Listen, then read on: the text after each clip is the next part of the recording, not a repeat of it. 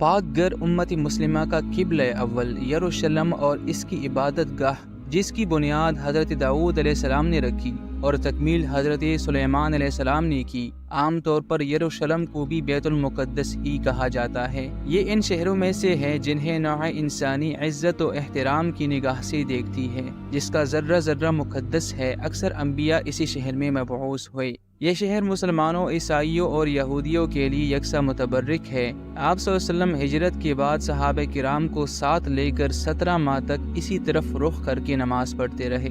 جب آپ معراج کے لیے گئے تو یہی مقام آپ صلی اللہ علیہ وسلم کی پہلی منزل بنا۔ اسی مقام پر آپ صلی اللہ علیہ وسلم نے سابق انبیاء کی امامت کرائی۔ یہاں حضرت داؤد، حضرت سلیمان اور کئی دوسرے انبیاء کے مقابر ہیں۔ حضرت داؤد علیہ السلام نے شہر مقدس پر 33 سال حکومت کی۔ اس تمام عرصے میں اسرائیلی فوجوں کو سکون بہت کم ملا۔ البتہ ان جنگوں کا نتیجہ بنی اسرائیل کے حق میں اس لیے بہت زیادہ مفید رہا کہ بنی اسرائیل جو قبائلی عصیبت کا شکار تھے، مختلف قبیلوں میں بٹے ہوئے تھے، ایک قوم بن گئے۔ حضرت داؤد علیہ السلام کی دلی خواہش تھی کہ وہ ایک معبد بنائے، لیکن اسرائیلی روایات کے مطابق انہیں خواب میں بتایا گیا کہ اللہ کا مستقل گھر ان کے بیٹے کے عہد میں تعمیر ہوگا۔ چنانچہ حضرت سلیمان علیہ السلام نے تخت نشین ہونے کے بعد 1012 قبل مسیح میں اس معبد کی تعمیر شروع کرائی۔ یہ عمارت اسی جگہ تعمیر ہوئی جسے داؤد علیہ السلام نے منتخب کیا تھا۔ اس عمارت کی تعمیر 7 سال تک مسلسل جاری رہی اور 2 لاکھ افراد اس کی تعمیر میں مصروف رہے۔ بعد میں یہ عمارت ہیکل سلیمانی کے نام سے مشہور ہوئی۔ ہیکل سلیمانی فن تعمیر کا ایک شاہکار تھا، جس کی لمبائی 90 فٹ، چوڑائی 30 فٹ اور اونچائی 45 فٹ تھی۔ اس کے اندر پاک ترین جگہ بنائی گئی جہاں تابوت سکینہ رکھا گیا۔ حضرت سلیمان علیہ السلام کی وفات کے بعد بنی اسرائیل کی ریاست 2 حصوں میں بٹ گئی۔ اس کے ساتھ ہی بنی اسرائیل فواحش، حرام کاری اور عیاشی میں مبتلا ہو گئے اور انہوں نے ایک اللہ کو چھوڑ کر بتوں کی پوجا کرنی شروع کر دی۔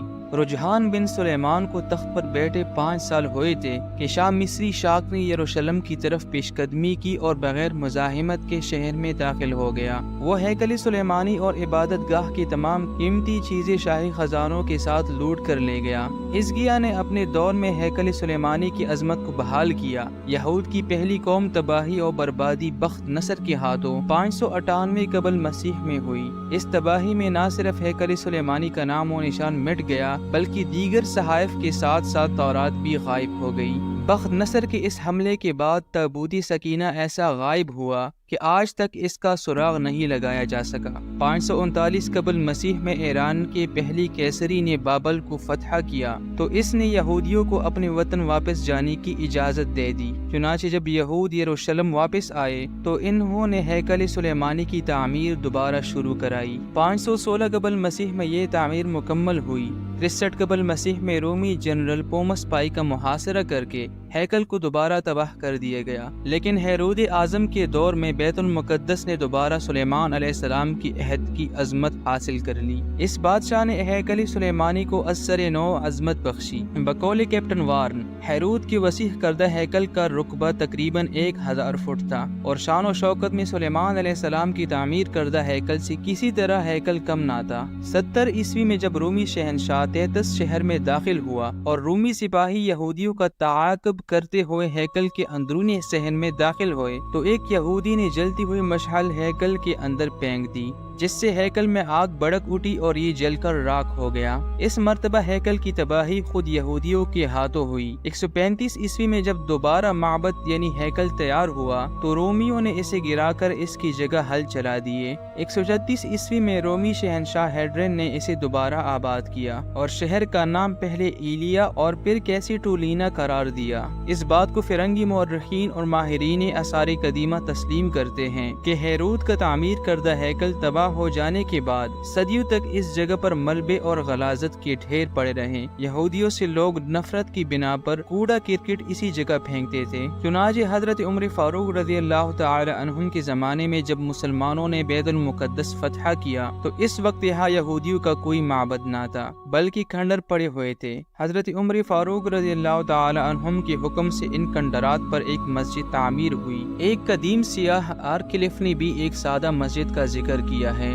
جو 670 عیسوی میں مقدس مقامات کی زیارت کے لیے بیت المقدس بھی آیا تھا۔ تقریباً اس سادہ سی تعمیر کے 50 سال بعد اموی خلیفہ عبد الملک بن مروان نے 72 ہجری 290 عیسوی میں مسجد اقصی اور قبطہ الصغریٰ کی بنیاد اٹھائی۔ یہ خلیفہ قبطہ الصغریٰ کی تعمیر ہی مکمل کر سکا۔ مسجد اقصی کی تعمیر کا کام جو ادھورا رہ گیا تھا ولید بن عبد الملک نے مکمل کرایا۔ وہ مقدس مقامات جن کی بدولت یہ مقدس شہر مسلمانوں، عیسائیوں اور یہودیوں کی عقیدتوں کا مرکز ہے، اکثر و بیشتر شہر کی مشرقی پہاڑی پر ایک احاطے میں ہے جس کو مسلمان حرم شریف اور یہودی بیت الحم کے نام سے پکارتے ہیں۔ یہ بیت المقدس کا مقدس ترین حصہ ہے۔ ڈاکٹر برکے کے بیان کے مطابق حرم شریف 35 ایکڑ پر مشتمل ہے۔ مسجد اقصی اور قبطہ الصغریٰ اسی حرم میں ہیں۔ حرم میں جگہ جگہ بلند مقامات ہیں جنہیں مسلمان محراب کہتے ہیں اور ان کے سامنے نوافل ادا کرتے ہیں۔ حرم شریف میں 4 حوض وضو کے لیے اور 5 منبر واعظین کے لیے ہیں۔ مستورات کے لیے 3 مقصورے ہیں۔ اندرونی اور بیرونی دروازوں کی تعداد 50 ہے۔ احاطہ حرم کے اندر جو زیارتیں ہیں ان میں مسجد اقصی اور قبطہ الصغریٰ کے علاوہ اور بھی عمارات ہیں۔ اگر آپ کو یہ ہماری ویڈیو اچھی لگی ہو تو چینل کو سبسکرائب کریں، اور اگر آپ ہمیں فیس بک پیج پہ دیکھ رہے ہوں تو پیج کو فالو کر لیں۔ اللہ حافظ۔